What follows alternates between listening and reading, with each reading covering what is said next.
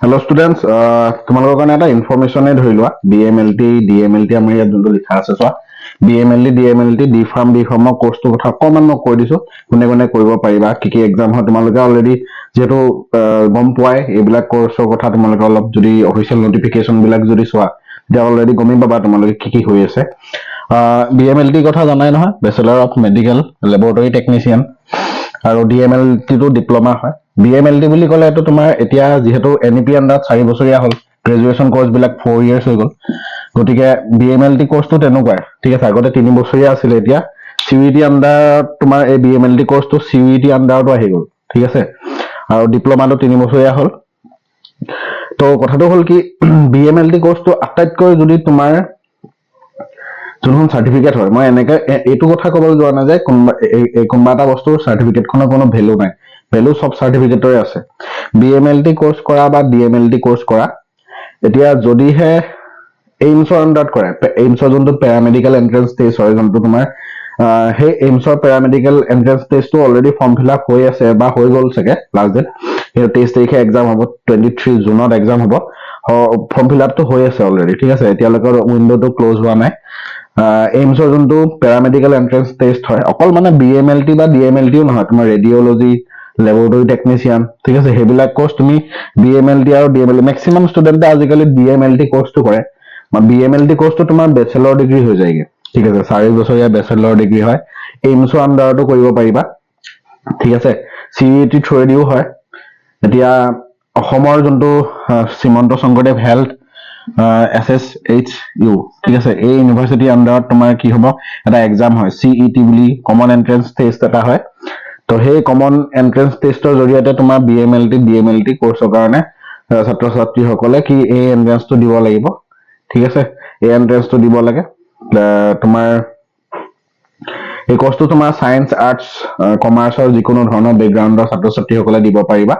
Class 10 লেভেলৰ question আহে আৰু কলেজ বিলাক চোৱা আমাৰ অসমত তোমাৰ কলেজ তোমাৰ আছে এতিয়া ডাইৰেক্ট এডমিশন হয় BMLT DMLT কোৰ্সৰ কাৰণে ডাইৰেক্ট এডমিশনে হয় প্ৰায় কিছুমান কলেজ ধৰি লোৱা Assam downtown university Don Bosco university হওক ৰয়েল গ্লোবেল হওক কাজিৰঙা ইউনিভাৰ্সিটি হওক এইবিলাকত যোনটো BMLT কোৰ্স হয় ঠিক আছে পেৰামেডিকেল কোৰ্স বা BMLT কোৰ্স বা লেবৰেটৰী টেকনিচিয়ান এইবিলাকৰ মানে তোমাৰ কি হ'ব ম্যাক্সিমাম এনেকুৱা যোনবিলাক মই কলেজ তোমালোকক মেনশন কৰি দিলো DPMI হওক ঠিক আছে কাজিৰঙা ইউনিভাৰ্সিটি ডাউনটাউন RGU পৰা ধৰি যিমানখিনি প্ৰাইভেট ইনষ্টিটিউট আছে তাত তোমাৰ ডাইৰেক্ট এডমিশন হৈ যায় গতিকে ইয়াত আৰু এটা কথা তোমাৰ কোনো ধৰণৰ পাৰ্চেন্টেজৰ মেটাৰ নকৰে তোমাৰ যদি 45% আছে ক্লাস 12ত গ্ৰেছ থাকক বা নাথাকক কথা নাই গ্ৰেছ পালেও তুমি মানে কোৰ্সটো কৰিব পাৰিবা ইয়াত কোনো ধৰণৰ গ্ৰেছ মাৰ্কস এনেকুৱা নহয় যে গ্ৰেছ মাৰ্কস পোৱা সকলে এইটো কোৰ্স কৰিব নোৱাৰিবা তেনেকুৱা নহয় গ্ৰেছ মাৰ্কস যদি পাইছা তথাপিও তুমি এই কোৰ্সটোৰ কাৰণে এলিজিবল হয় ঠিক আছে তোমালোকে ডাইৰেক্ট এডমিশন প্ৰসেস দি পেলাই এই BMLT কোৰ্সটো তুমি কৰিব পাৰিবা কিন্তু এইমছৰ আন্ডাৰতে ধৰি লোৱা যোনটো এইমছৰ যোনটো পেৰামেডিকেল এন্ট্ৰেন্স টেষ্ট হয় বা শ্ৰীমন্ত শংকৰদেৱ ইউনিভাৰ্সিটি আন্ডাৰত যোনটো এন্ট্ৰেন্স টেষ্ট হয় অসমত তো হেবিলাকৰ জৰিয়তে তুমি এখন গভৰ্ণমেন্ট ইনষ্টিটিউট এখন পাবা ফিজটো কম হয় এন্ট্ৰেন্সৰ জৰিয়তে যোৱা বা তুমি ডাইৰেক্ট এডমিশন লোৱা মানে ডিফাৰেন্সটো এইটোৱে যে ফিজ ষ্ট্ৰাকচাৰটো অলপ কমি যায় এইমছত যোৱাৰ লগে লগে তোমাৰ গোটেই বছৰটো ম্যাক্সিমাম 4 to 5 হাজাৰ টকা খৰচ হ'ব কিন্তু সেই একেটা কোৰ্স তুমি যদি প্ৰাইভেট ইনষ্টিটিউট এটা কৰিব যাও তোমাৰ পাৰ সেমিস্টাৰ ধৰি লোৱা 20-30 হাজাৰ টকা খৰচ হৈ যাব পাৰে তো বাকি একো নাই প্ৰাইভেট ইনষ্টিটিউট আৰু গভৰ্ণমেন্টৰ মাজত ডিফাৰেন্সটো হেতুৱে মানে ফ্ৰী ষ্ট্ৰাকচাৰটো লৈ পেলাই কথা আছে তো BMLT কথাটো মই ক'লোৱে ইয়াত তোমাৰ যিকোনো ধৰণৰ বেকগ্ৰাউণ্ডৰ ছাত্ৰ ছাত্ৰী সকলে যাব পাৰিবা যদি মই B Farm বা D Farm হয় এটা B Farm টো এটা বেচেলৰ ডিগ্ৰী কোৰ্স CUET আন্ডাৰত আহি গ'ল ঠিক আছে 4 বছৰীয়া কোৰ্স D Farm টো 3 বছৰীয়া ডিপ্লোমা কোৰ্স এটো CUET এটা চোৱা এতিয়া আমাৰ অসমত যদি নগাঁও ইউনিভাৰ্সিটি হ'ল নগাঁও কলেজখন নগাঁও ইউনিভাৰ্সিটি হ'ল তাৰপিছত তোমাৰ ৰূপহী ঠিক আছে ডিব্ৰুগড় ইউনিভাৰ্সিটি আন্ডাৰত আছে আৰু প্ৰাইভেট কে যদি আমি চাও Assam downtown university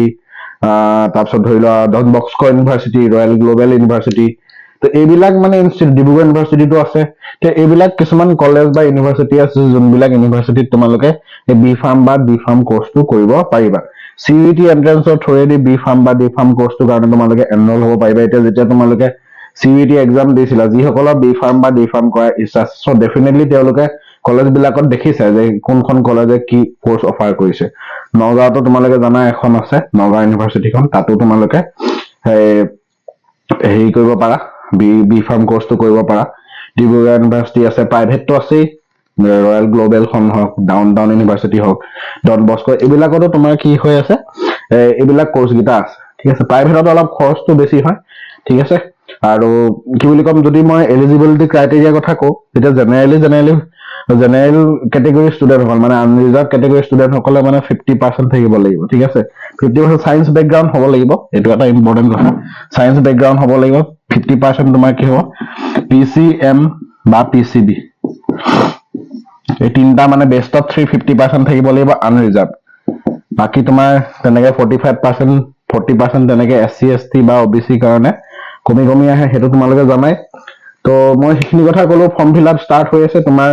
last date তোমাৰ এন্ট্ৰেন্সৰ ডেট দিলে 8 জুন হয়। 23 মে'লৈকে তোমালোকৰ হ'ব, কি বুলি কয়, ফৰ্ম ফিল আপটো হৈ থাকিব। এতিয়াও তোমালোকৰ ফৰ্ম ফিল আপ ৰেডি হৈ আছে, মানে ফৰ্ম ফিল আপ কণ্টিনিউ হৈ আছে। যিসকলে তোমালোকে ভাবা শ্ৰীমন্ত শংকৰদেৱ ইউনিভাৰ্চিটিৰ আণ্ডাৰতো তোমাৰ কি হয়, এটা PET এন্ট্ৰেন্স এটা হয়। শ্ৰীমন্ত শংকৰদেৱ ইউনিভাৰ্চিটিৰ আণ্ডাৰত বি ফাৰ্ম যেনেকে CUET কাৰণে এন্ট্ৰেন্স হয়। CUET মানে এইটো অল ইণ্ডিয়া লেভেলত, আৰু জানা নহয় তোমালোকে সেইটো CUET কথা অলৰেডি মই কৈছিলোৱে। CUET অল ইণ্ডিয়া লেভেলত হয়। ঠিক তেনেকে তুমি আমাৰ যোনটো Sankardev university, Srimanta Sankardev university of health science, তো সেই ইউনিভাৰ্চিটিৰ আণ্ডাৰত আমাৰ PET এন্ট্ৰেন্স এটা হয়। তো সেই এন্ট্ৰেন্সটো তুমি পাছ কৰিলে তুমি গভৰ্ণমেণ্ট কলেজ বিলাকৰ কাউন্সিলিংটো পাবা। গভৰ্ণমেণ্ট, মই সেইটোৱে একেটাই কথা ক'লো যে গভৰ্ণমেণ্ট কলেজত তোমাৰ কি হ'ব, অকণমান ফিজটো কমি যায়, বাকী একো নহয়। তো ডিফাৰেন্সটো কি হয়, BMLT কোৰ্চ বা DMLT কোৰ্চ, বি ফাৰ্ম আৰু ডি ফাৰ্মৰ লগত এই দুটা ডিফাৰেন্সটো কি, সেইটো তোমালোকে ডিফাৰেন্সটো অলৰেডি গম পালা। BMLT কোৰ্চটো তুমি ধৰি লোৱা কি হয়, তুমি ডাক্তৰ এজন হেল্পাৰ টাইপৰ, ধৰি লোৱা আজিকালি ডাক্তৰ এজনে কিবা এটা যেতিয়া তুমি টেষ্ট কৰিবলৈ যোৱা, মানে ডাক্তৰ এজনৰ ওচৰলৈ যোৱা, তেতিয়া ডাক্তৰজনে কি কয়, ব্লাড টেষ্ট কৰিব লাগিব, চুগাৰ টেষ্ট কৰিব লাগিব, ইউৰিন টেষ্ট কৰিব লাগিব, মানে এইবিলাক কয় নাই, এইবিলাকৰ মানে সেই টেষ্ট কৰিবৰ কাৰণে আমি য'ত যাওঁ, লেবৰেটৰীত যাওঁ ন, তো সেই লেবৰেটৰী টেকনিচিয়ান জনেই হৈছে এই আণ্ডাৰত পঢ়া BMLT বা DMLT কোৰ্চৰ আণ্ডাৰত তেওঁ পঢ়ে। ডিপ্ল'মাটো 3 বছৰীয়া হ'ল, 2 বছৰীয়াও আছে ডিপ্ল'মাটো। BMLটো এইটো বেচেলাৰ কোৰ্চ হয়। ঠিক আছে, তোমাৰ এইমছৰ আণ্ডাৰতো কৰিব পাৰা, আমাৰ GMCHৰ অসমৰ GMCHৰ আণ্ডাৰতো কৰিব পাৰা, Silchar medical college, Dibrugarh medical college, Jorhat medical college, এইবিলাকৰ আণ্ডাৰতো তোমালোকে কৰিব পাৰা। ঠিক আছে, খালি এন্ট্ৰেন্সৰ জৰিয়তে, সেইবিলাক যিহেতু গভৰ্ণমেণ্ট কলেজ হয়, গতিকে এইমছৰ যোনটো পেৰামেডিকেল এন্ট্ৰেন্স টেষ্ট হয়, তো সেই এন্ট্ৰেন্স টেষ্টটো তুমি পৰীক্ষাত মানে কি হ'ব লাগিব, এপিয়াৰ হ'ব লাগিব। আৰু এপিয়াৰ হ'লে তাৰ কাউন্সিলিং হ'ব, পাছ কৰিলে তোমাৰ কাউন্সিলিং হ'ব। সেই কাউন্সিলিঙৰ থ্ৰুৱেদি তুমি ক'ত পোৱা সেইটো মেনশ্যন কৰা হ'ব। ঠিক আছে, আৰু ইয়াত কোনো ধৰণৰ পাৰ্চেন্টেজৰ ক্ৰাইটেৰিয়া নাই, সেইটো কথা মনত ৰাখিবা। 40% হ'লেই হ'ল তোমাৰ এইটো কোৰ্চৰ কাৰণে। গ্ৰেছ পোৱা বা কি পোৱা কোনো কথা নাই, যিকোনো ধৰণৰ ষ্টুডেণ্টৰ ছাত্ৰ ছাত্ৰীসকলে এপ্লিকেবল হ'ব BMLT আৰু DMLT কোৰ্চটোৰ কাৰণে। তাৰপিছত আমাৰ অসমতো পাতে, শ্ৰীমন্ত শংকৰদেৱ ইউনিভাৰ্চিটিৰ আণ্ডাৰতো যোনটো তোমাৰ কি হ'ব, CET এন্ট্ৰেন্স হয়। ঠিক আছে, সেই এন্ট্ৰেন্সটোৰ জৰিয়তেও তোমালোকে আমাৰ কলেজ গভৰ্ণমেণ্ট যোনটো মেডিকেল কলেজ আছে আমাৰ অসমত, সেই কলেজ বিলাকতো তোমালোকে এনৰোল হ'ব পাৰিবা। আৰু ডাইৰেক্টো এডমিশ্যন হয়। ঠিক আছে, ডাইৰেক্ট এডমিশ্যনত অলপ পইচাটো খৰচ হ'ব। মই কেইখনমান কলেজ ক'লো তোমালোকে, কাজিৰঙা ইউনিভাৰ্চিটিখন দেখিছা, যোৰহাটৰ কৰাইখোৱাত আছে। তাৰপিছত তোমাৰ ডাউন টাউন ইউনিভাৰ্চিটিখন, ডন বস্কো, ৰয়েল গ্ল'বেল, এনেকুৱা ধৰণৰ ঢেৰ কলেজ কিছুমান আছে। DPMR, এইখিনি কলেজত তোমালোকে এডমিশ্যন ডাইৰেক্ট পাই যাবা। ঠিক আছে, তাৰপিছত এডমিশ্যন হৈ আছে অলৰেডি ডাউন টাউনত। আৰু কি বুলি কয়, যদি হেৰি কোৰ্চৰ কথা কওঁ, বি ফাৰ্ম CUET আণ্ডাৰত বি ফাৰ্ম তুমি কৰিব পাৰিবা। CUET এন্ট্ৰেন্সৰ থ্ৰুৱেদি তুমি কাউন্সিলিং হ'ব। কাউন্সিলিং হ'লে তুমি ভবা মতে এখন ভাল গভৰ্ণমেণ্ট কলেজত এনৰোল হ'ব পাৰিবা। ডিব্ৰুগড় ইউনিভাৰ্চিটিৰ আণ্ডাৰত আছে, ভাল ডিব্ৰুগড় ইউনিভাৰ্চিটিৰ আণ্ডাৰত যোনটো বি ফাৰ্মৰ কোৰ্চ আছে, সেইটো বহুত ভাল কোৰ্চ। ঠিক আছে, মোৰ ষ্টুডেণ্ট দুজন মানে কৰি আছিলে, তেওঁলোকৰ মতামতটো মই জানি পেলাই কৈছো যে তেওঁলোকে সেই ডিব্ৰুগড় ইউনিভাৰ্চিটিৰ যোনটো বি ফাৰ্মৰ কোৰ্চটো বহুত ভাল কোৰ্চ। নগাঁও ইউনিভাৰ্চিটিৰ আণ্ডাৰত, চব এইবিলাক গভৰ্ণমেণ্ট কলেজ। আৰু প্ৰাইভেটকৈও কৰিব পাৰা, কিন্তু তোমালোকে CUET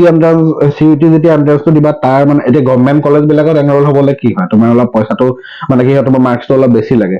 আৰু প্ৰাইভেটত অকণমান মাৰ্কছটো কম হ'লেও হৈ যায়, কাৰণ তাত ফিজটো বেছি নাথাকে কৰে। তাৰপিছত ধৰি লোৱা, বাকী আৰু যদি মই কওঁ, প্ৰাইভেটকে তোমাৰ মই ক'লোৱেই কলেজ কেইখনমান, Royal Global, Don Bosco, downtown, এইখনৰ কথা ক'লো। ফৰ্ম ফিল আপ হৈ আছে। এই যোনটো শ্ৰীমন্ত শংকৰদেৱ ইউনিভাৰ্চিটিৰ আণ্ডাৰত যোনটো হেৰি হ'ব, পৰীক্ষা হ'ব, সেইটো কাৰণে তোমাৰ ফৰ্ম ফিল আপ হৈ আছে 23 তাৰিখ লাষ্ট ডেট 23 মে পৰীক্ষাটো 8 জুনত হ'ব আৰু পিচিএমবি হয় চিলেবাছটো জানাই ক্লাছ 12 লেভেলৰ পিচিএমবি হয় 50% লাগিব আনৰিজাৰ্ভৰ কাৰণে বাকি তেনেকে গ্ৰেজুৱেলি কমি আহিব আৰু ইয়াত গ্ৰেছ মাৰ্কছৰ কথা একো উল্লেখ কৰা নাই গতিকে তোমালোকে যিসকলে 12 পাছ কৰিলা ফেল কৰা সকলৰ কথা কোৱা নাই যিসকলে 12 পাছ কৰিলা পিচিএম বা পিচিবিত যদি এই 50% বা 45% কাষ্টটো আছে আৰু তোমালোকে মিলাই চাবা 50% বা 45%ৰ যোনটো কাট অফ ক্ৰাইটেৰিয়াটো আছে সেই ক্ৰাইটেৰিয়াটো তোমালোকৰ যদি ফুলফিল হৈ আছে লাগে গ্ৰেছ পোৱা বা নোপোৱা সেইটো বেটাৰ নকৰে তোমালোকে এপ্লাই কৰি দিবা আৰু পৰীক্ষাটোত বহিব পাৰিবা ঠিক আছে এইখিনি কথা মই জনালো কিবা যদি থাকি গ'ল কথা ক'বলৈ তোমালোকে মই টেলিগ্ৰামত ক'বা যিখিনি কথা কোৱা টেলিগ্ৰামত কৈ দিবা